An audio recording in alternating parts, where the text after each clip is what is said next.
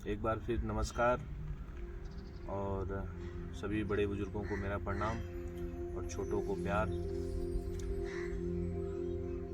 एक बात मन में आ रही थी तो सोचे एक बार इस पर बात किया जाए, एक बार चर्चा किया जाए। मन में एक विचार आया कि आत्म उत्थान सिर्फ सोच नहीं, अब आवश्यक हो गया है।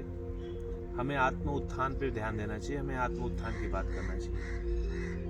जब भी हम आत्म उत्थान और विकास की बात करते हैं तो हम सिर्फ राजनीतिक दल एवं एक सरकार की बात करते हैं, परंतु क्या विशेष राजनीतिक दल या विशेष जाति का नेता सत्ता में होने से विशेष जाति का विकास हो जाएगा या विशेष दल का विकास हो जाएगा? विकास की व्यवस्था को सुदृढ़ करना और उसे संगठित रूप से प्राप्त कर लेना, ये अपने आप में एक विचार है, अपने आप में एक सोच है। ये कोई राजनीतिक दल आपको नहीं मुहैया कराएगा, ये कोई जाति विशेष का नेता या जाति विशेष वर्ग का उच्च पद पर रहने वाला पदाधिकारी आपका विकास नहीं कर सकता। और यदि आप इस सोच में भी हो कि विकास के लिए अवसर हमें हमारा व्यक्ति ही मुहैया कराएगा, तो ये अपने आप में एक मिथ है, अपने आप में एक ऐसी सोच है कि हम ये उम्मीद कर रहे हैं कि कभी हमारे हथेली पर बाल जामेगा। नहीं है, आप यहां से आपको उठना पड़ेगा। समझ रहे हो ना? आपको यहां से उठना पड़ेगा, आपको जागृत होना पड़ेगा, आपको जागरूक होना पड़ेगा। आपको हर उस अवसर की तलाश करनी पड़ेगी, आपको उस हर एक अवसर का ध्यान रखना पड़ेगा जो आपको आपके मंजिल तक पहुंचाए, जो आपको आपके गोल तक पहुंचाए। कोई नेता नहीं पहुंचाएगा आपको, कोई अधिकारी आपको नहीं पहुंचाएगा, क्योंकि नेता और अधिकारी अगर आपका विकास करते तो आजादी के 78 साल 69 साल होने के बावजूद आपका विकास हो जाता। कोई किसी का विकास नहीं करता। ये हम एक भ्रम में हैं, हमें इस भ्रम से निकलना पड़ेगा, हमें उस जातवादी परंपरा से निकलना पड़ेगा।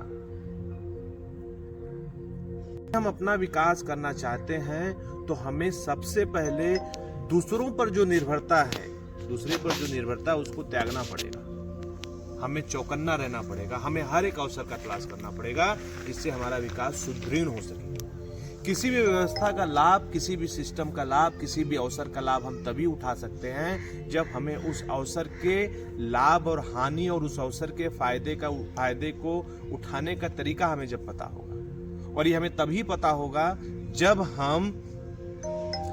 हम उसको समझेंगे, और समझ तभी विकसित होगी जब हम शैक्षणिक रूप से मजबूत होंगे, जब हम शिक्षा ग्रहण करेंगे। शिक्षा ग्रहण करने का मतलब केवल किताबी नॉलेज नहीं है मेरे भाइयों।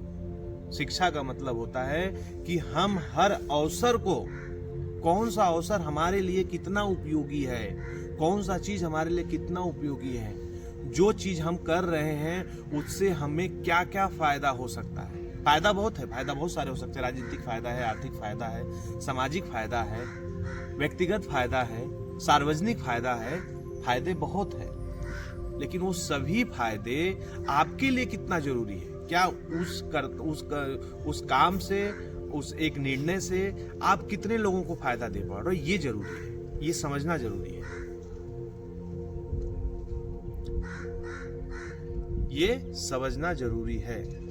आपको शैक्षणिक रूप से मजबूत होना पड़ेगा, आपको सामाजिक रूप से मजबूत होना पड़ेगा।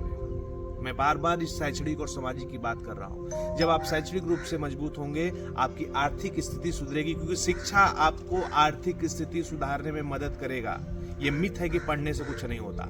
हाँ, मैं भी मानता हूं पढ़ने से कुछ नहीं होता, लेकिन जो आप कर रहे हो उससे भी तो कुछ नहीं होगा। जो आप शिक्षा को छोड़ के जो कर्म आप अपनाए हो उससे भी तो कुछ परिवर्तन नहीं आ रहा है। तो एक बार शिक्षा लेके देख लो। ये मैं नहीं कह रहा हूं भाई, आम्बेडकर भी यही चीज माने होते तो आज भगवान की तरह पूजे नहीं जाते। उन्होंने शिक्षा को प्राथमिकता दी, उन्होंने शिक्षा को तजव्वो दिया। और उन्हीं का एक कोट है कि शिक्षा शेरनी का दूध है, जो पिएगा वो दहाड़ेगा। मेरा हर उस व्यक्ति से आग्रह है कि जो किसी भी कारणवश प्रवाह से भटक गया, आर्थिक विकास के प्रवाह से पीछे रह गया है, उसे आर्थिक रूप से आगे आना है, सवर्ण की दिशा में आगे आना है, तो आपको शिक्षित होना पड़ेगा। शिक्षा ग्रहण करके आपको आर्थिक रूप से मजबूत होना पड़ेगा। जब आप शैक्षणिक और आर्थिक रूप से मजबूत होंगे तो सामाजिक स्थिति आपकी मजबूत हो जाएगी, और ये तीनों स्थिति आपको राजनीतिक अधिकार दिलाएगा। तब आप जाके समाज में, देश में, विश्व में परिवर्तन लाओगे। तब जाके आप समाज और विश्व में परिवर्तन लाओगे। ऐसे परिवर्तन नहीं आने। कोई विरोध अगर हम किसी का कर रहे हैं तो उस विरोध को करने से पहले उस समस्या का जहां से उत्पन्न हुई है उसका हमें निदान करना पड़ेगा। हमें उस गुलामी की बेड़ियों को हटाना पड़ेगा, उस गुलामी की बेड़ियों को त्याग करना पड़ेगा जो पारंपरिक रूप से चली आ रही है, जिसमें कहीं न कहीं हमारे पूर्वज जिम्मेदार हैं। हमें उसको तोड़ना पड़ेगा, हमें उसको त्यागना पड़ेगा। हमें जी हुजूरी की गुलामियां की बेड़ियों को त्यागना पड़ेगा। अगर हम ब्राह्मणवाद का विरोध कर रहे हैं, अगर हम क्षत्रियवाद का विरोध कर रहे हैं, अगर हम सामंतवाद का विरोध कर रहे हैं, तो सबसे पहले हमें त्याग करना पड़ेगा उन विचारधाराओं को। हमें ब्राह्मण का त्याग नहीं करना है, हमें क्षत्रिय का त्याग नहीं करना है, हमें सामंत का त्याग नहीं करना है, लेकिन ऐसी विचारधारा रखने वाले व्यक्ति का त्याग करना है। जब आप इन विचारधारा से संलिप्त व्यक्ति का त्याग करेंगे, तब जब उसका त्याग करेंगे, उस व्यक्ति का बहिष्कार करेंगे, उस विचारधारा का बहिष्कार करेंगे, तब कहीं न कहीं आप अपने उत्थान के बारे में सोचेंगे। वो व्यक्ति गलत नहीं है, क्योंकि वो उसी परंपरा का वो शासक वर्ग की परंपरा है, वो शासक रहा है भाई, और आप शासित हुए हो। तो जब तक आप शासित रहोगे, शासक आपके ऊपर शासन करेगा। कोई शासक ये नहीं चाहेगा कि शासित व्यक्ति शासक बने। इसमें गलती आपकी, क्योंकि आप शासित हो। आप शासक बनने के बारे में सोचो ना भाई। आप जब शासक बनोगे तभी आपका तिरस्कार, आपका दुरुपयोग होना बंद हो जाएगा। नहीं तो ये समाज ये क्योंकि देखो एक बात और निकल के आती है कि कोई क्या कर लेगा, सिस्टम में हम ही है। भाई सिस्टम में आप हो, मानता हूं आपके लोग सिस्टम में है, लेकिन सिस्टम को बदला भी जा सकता है, और सिस्टम बदला भी जाएगा। समय आने पर सिस्टम बदला ही जाएगा।